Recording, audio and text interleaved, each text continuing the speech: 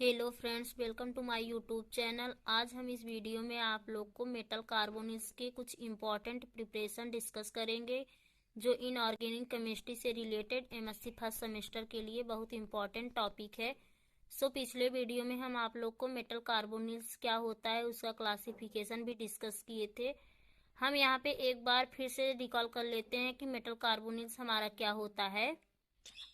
Basically अगर हम देखते हैं कि मेटल कार्बोनिल्स क्या होता है, जब हम कार्बन मोनोऑक्साइड का कॉन्फ़िगरेशन करते हैं तो हमें कार्बन और ऑक्सीजन के बीच एक लोन पेयर इलेक्ट्रॉन मिलता था। तो यहाँ पे हम कार्बन मोनोऑक्साइड में एक ट्रांजिशन मेटल लेंगे, तो जब इसका हम कार्बन का लोन पेयर इलेक्ट्रॉन से ट्रांजिशन कराएंगे, रिएक्ट कराएंगे, तो हमें यहाँ पे एक कंपाउंड मिलेगा और इसके दोनों के बीच हमें एक कोऑर्डिनेशन बॉन्ड मिलेगा जिसे हम मेटल कार्बोनिल्स कहते हैं। चलिए इसके हम प्रिपरेशन डिस्कस करते हैं। हमारा फर्स्ट पॉइंट है बाय डायरेक्ट सिंथेसिस। जब हम इसे डायरेक्ट सिंथेसिस द्वारा देखते हैं तो हमें कार्बोनिल्स प्राप्त होता है। देखिए, by direct combination of cobalt with finely divided transition metal under suitable condition of temperature and pressure from carbonyls. जब हम कार्बन मोनोऑक्साइड को किसी भी, देखिए, डायरेक्ट कॉम्बिनेशन ऑफ कोबाल्ट, जब हम कार्बन मोनोऑक्साइड को किसी भी डायरेक्ट ट्रांजिशन मेटल से सुटेबल कंडीशन में टेम्परेचर और प्रेशर के प्रेजेंस में कराएंगे तो हमें कार्बोनिल्स प्राप्त होगा। देखिए इसका कुछ एग्जांपल से हम देखते हैं। जो x M plus y cobalt carbon monoxide से रिएक्ट करा रहे हैं तो हमें M x C O y मिल रहा है, जहाँ पे हमारा यक्स है मेटल, नंबर ऑफ मेटल, और वाई है हमारा नंबर ऑफ कार्बन एटम। मतलब यहाँ देख लीजिए, कुछ एग्जांपल लेते हैं। जैसे कि हम मेटल के स्थान पे आयरन लिए हैं, Fe+5 कार्बन मोनोऑक्साइड। यहाँ पे हम कार्बन मोनोऑक्साइड लिए हैं 5 और फेरस हमारा जो आयरन है यहाँ पे हम यक्स लिए हैं, मतलब 1। इसके स्थान पे जब हम इसे 200 डिग्री सेल्सियस और 100 एटमॉस्फेरिक प्रेशर पे कराएंगे तो यहाँ हमें रिएक्ट कराने पे हमें मिल रहा है आयरन पेंटा कार्बोनिल्स। और अगला हम लेंगे यहाँ CO, मतलब कोबाल्ट हम लिए हैं 2 कोबाल्ट है हमारा, मेटल की संख्या 2 है, और यहाँ पे 8 कार्बन मोनोऑक्साइड, और कार्बन मोनोऑक्साइड की संख्या हम 8 लिए हैं।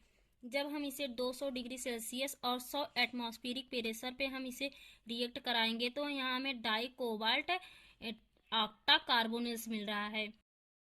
अगला एग्जाम्पल हमारा है निकिल।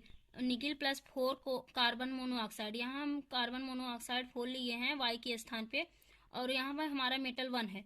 जब हम इसे 30 डिग्री सेल्सियस और 1 एटमॉस्फेरिक प्रेशर पे रिएक्ट करा रहे हैं तो हमें यहाँ मिल रहा है निकिल टेट्रा कार्बोनिल्स। यहाँ हमें ये सब कार्बोनिल्स प्राप्त हुए हैं। अगला हम मेथड प्रिपरेशन करते हैं by indirect synthesis involving Grignard reagent. जब इसे हम ग्रिग्नाल्ड रीजन द्वारा इनडायरेक्ट सिंथेसिस कराते हैं तो देखिए, job prepared chromium hexacarbonyls by treated ethanol solution of Grignard reagent with cobalt in the presence of NtCrCl3. Similar reaction in presence of molybdenum and tungsten chloride give a corresponding hexacarbonyl।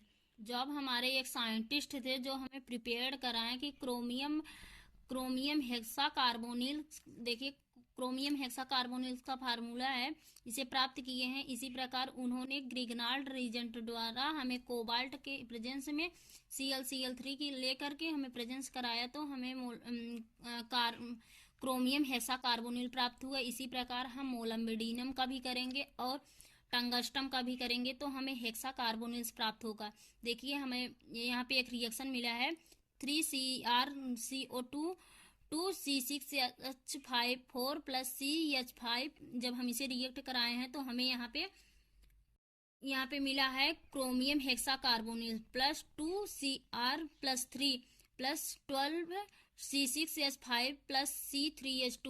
Okay, आगे हम देखते हैं हमारा क्या होता है। The yields of above reaction in slow and can be improved by using high carbon monoxide presence. जब इसे हम हाई कार्बन मोनोऑक्साइड के द्वारा प्रेजेंस कराएंगे तो भी हमें क्रोमियम हेक्साकार्बोनिल प्राप्त होगा। चलिए हम तीसरा मेथड देखते हैं, indirect synthesis involving metal compound. जब हम किसी भी मेटल कंपाउंड को कोबाल्ट के साथ रिएक्ट करा रहे हैं, देखिए the metal carbonyls can be prepared by the reaction of cobalt with certain metal compound. For example, जैसे जब हम इसे किसी भी मेटल कार्बोनिल्स को कोबाल्ट के साथ रिएक्ट कराएंगे तो भी हमें मेटल कार्बोनिल्स प्राप्त होगा। देखिए एग्जाम्पल में हमारा 2 निकिल X4 प्लस 2 NCO, जब हम इसे रिएक्ट करा रहे हैं तो हमें 2 nickel cobalt carbon monoxide X plus X2। यहाँ में अगला हम देखते हैं 2NiCON, जो हमारा N है कार्बन मोनोऑक्साइड का नंबर है, Y के स्थान पे हम रखे हैं। X हमारा हाइड्रोजन है प्लस 4 माइनस 2N कोबाल्ट, जो हमारा रिएक्ट कराने पे हमें मिला है nickel tetra carbonyls plus NiX2, where जहाँ पे हम X के स्थान पे chlorine, bromine, fluorine, iodine ETC ले सकते हैं हाइड्रोजन के स्थान पे। चलिए इसके हम कुछ प्रॉपर्टी देखते हैं। हमारा फिजिकल प्रॉपर्टीज है, इट इज ए कलरलेस, यह कलरलेस होता है। It is a low melting point, इसकी मेल्टिंग पॉइंट भी बहुत लो होती है। They are diamagnetic in nature, यह डाईमैग्नेटिक नेचर का होता है। They are soluble in water, यह जल में घुलनशील होता है।